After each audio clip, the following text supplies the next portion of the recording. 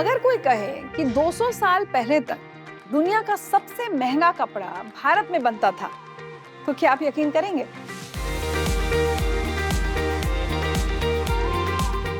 जिस कपड़े को दुनिया का 8वां अजूबा कहा जाता था, वो आज की तारीख में ऐसे गायब हुआ जैसे कभी था ही नहीं। मसलन नाम के इस कपड़े को दुनिया ढाका के मलमल के नाम से भी जानती है। इस मलमल से बनी साड़ी इतनी हल्की और मुलायम होती थी कि एक अंगूठी के अंदर से पूरी साड़ी पार हो जाती थी।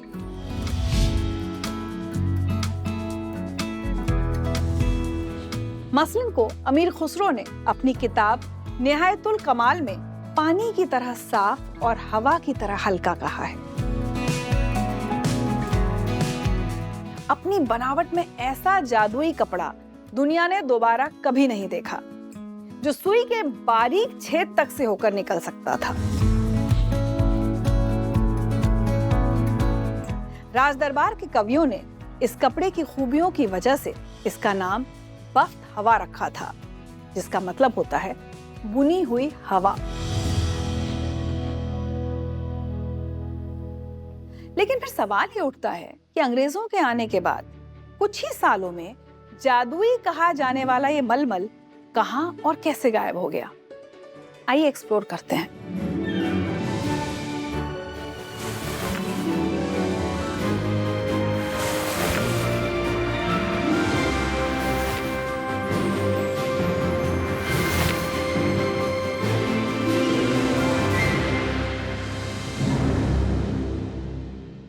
कुछ इतिहासकार मानते हैं कि मसलन शब्द इराक के मोसुल शहर से आया है, जहां पहली बार यूरोपियन लोगों ने ये कपड़ा देखा।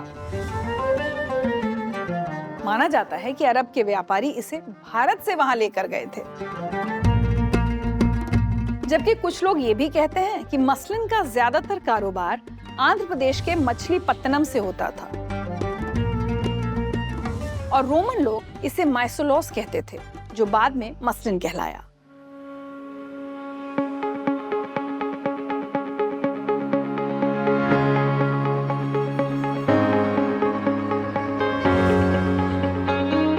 फ्रांस की क्वीन मारी एंटोनेट तक इस मलमल की मुरीद थी। मलमल का ये कपड़ा इतनी बारीकी से बुना जाता था कि इसके बारे में अफवाह थी कि ढाका का मलमल इंसान नहीं बल्कि जलपरियां बुनती हैं और इंसानों को दे देती हैं। 16वीं और 18वीं शताब्दी के बीच पहनावे के मामले में मलमल राजदरबार और अमीर घरानों की महिलाओं की खास पसंद था। साथ ही शक्तिशाली मुगल सम्राट भी ढाका मलमल से बने कपड़े पहनने लगे थे, जिससे मलमल की गुणवत्ता में और निखार आ गया। सब कुछ अच्छा चल रहा था, लेकिन तभी अंग्रेज आ गए। 1793 तक आते आते ब्रिटिश ईस्ट इंडिया कंपनी ने मुगल साम्राज्य को लगभग खत्म ही कर दिया और एक सदी से भी कम समय के बाद अब भारत ब्रिटिश राज के कब्जे में था। ईस्ट इंडिया कंपनी पहले से ही उन कपड़ा उद्योगों पर नजर रखे हुए थी जिनसे उनकी खुद की टेक्सटाइल मिल्स को खतरा हो सकता था, और जिस तरह मलमल के कपड़े की गूंज पूरी दुनिया में हो रही थी, उससे साफ था कि उनका निशाना अब मलमल है। ब्रिटेन का इंडस्ट्रियल रेवोल्यूशन असल में भारत के उद्योगों पर ताले लगाकर ही हासिल किया गया था। 200 वर्षों तक ब्रिटेन ने जो रईसी हासिल की, उसे भारत के दमन से ही सींचा जाता रहा। एक सोची समझी साजिश के तहत मसलन को दुनिया से हटाने और मैनचेस्टर स्थित अपनी कॉटन मिल्स के सस्ते कपड़े बेचने के लिए ईस्ट इंडिया कंपनी ने सबसे पहले सारा मलमल खरीदना शुरू किया। ब्रिटेन भारत से कच्चा माल लेकर जाता और अपनी मिलों में उससे कपड़े बनाकर पूरी दुनिया में बेचता। इससे दुनिया के बाजारों में उन उत्पादों की भरमार हो गई जो भारत के रॉ मटेरियल से बने थे। लेकिन ये अंग्रेजों की साजिश की सिर्फ एक तस्वीर थी। इसकी दूसरी भयानक तस्वीर ये थी कि ब्रिटिश ईस्ट इंडिया कंपनी ने भारत के मलमल बुनकरों के अंगूठे काट दिए, उनके करघे और घर तोड़ दिए, झूठे मुकदमे और गिरफ्तारियां की, और इससे भी मन नहीं भरा तो उनके बनाए कपड़ों और उत्पादों पर भारी टैक्स लगा दिया,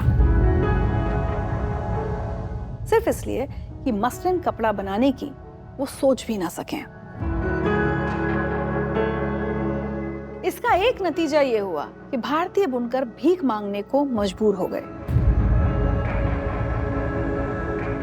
और धीरे धीरे मलमल बनाना छोड़कर खेती और मजदूरी की तरफ जाने लगे।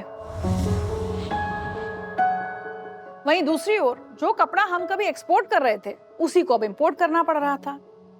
इससे धीरे धीरे कपड़े के विश्व व्यापार में भारत की हिस्सेदारी 27% से घटकर 2% ही रह गई। इस तरह अंग्रेजों ने एक साजिश के तहत भारतीय हथकरघा उद्योग को तो बर्बाद किया ही, साथ ही अपनी पक्षपातपूर्ण आर्थिक नीतियों से जो कारीगर और बुनकर शोषण की मार झेल रहे थे उनको आत्महत्या करने पर मजबूर कर दिया।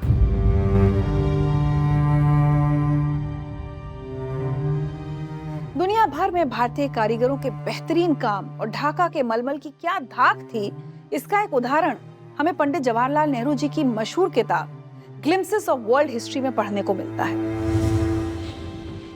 जहां पंडित नेहरू ने लिखा है कि 4000 साल पुरानी इजिप्शियन मम्मीज भी भारतीय मसलिन कपड़े में लिपटी हुई पाई गई हैं।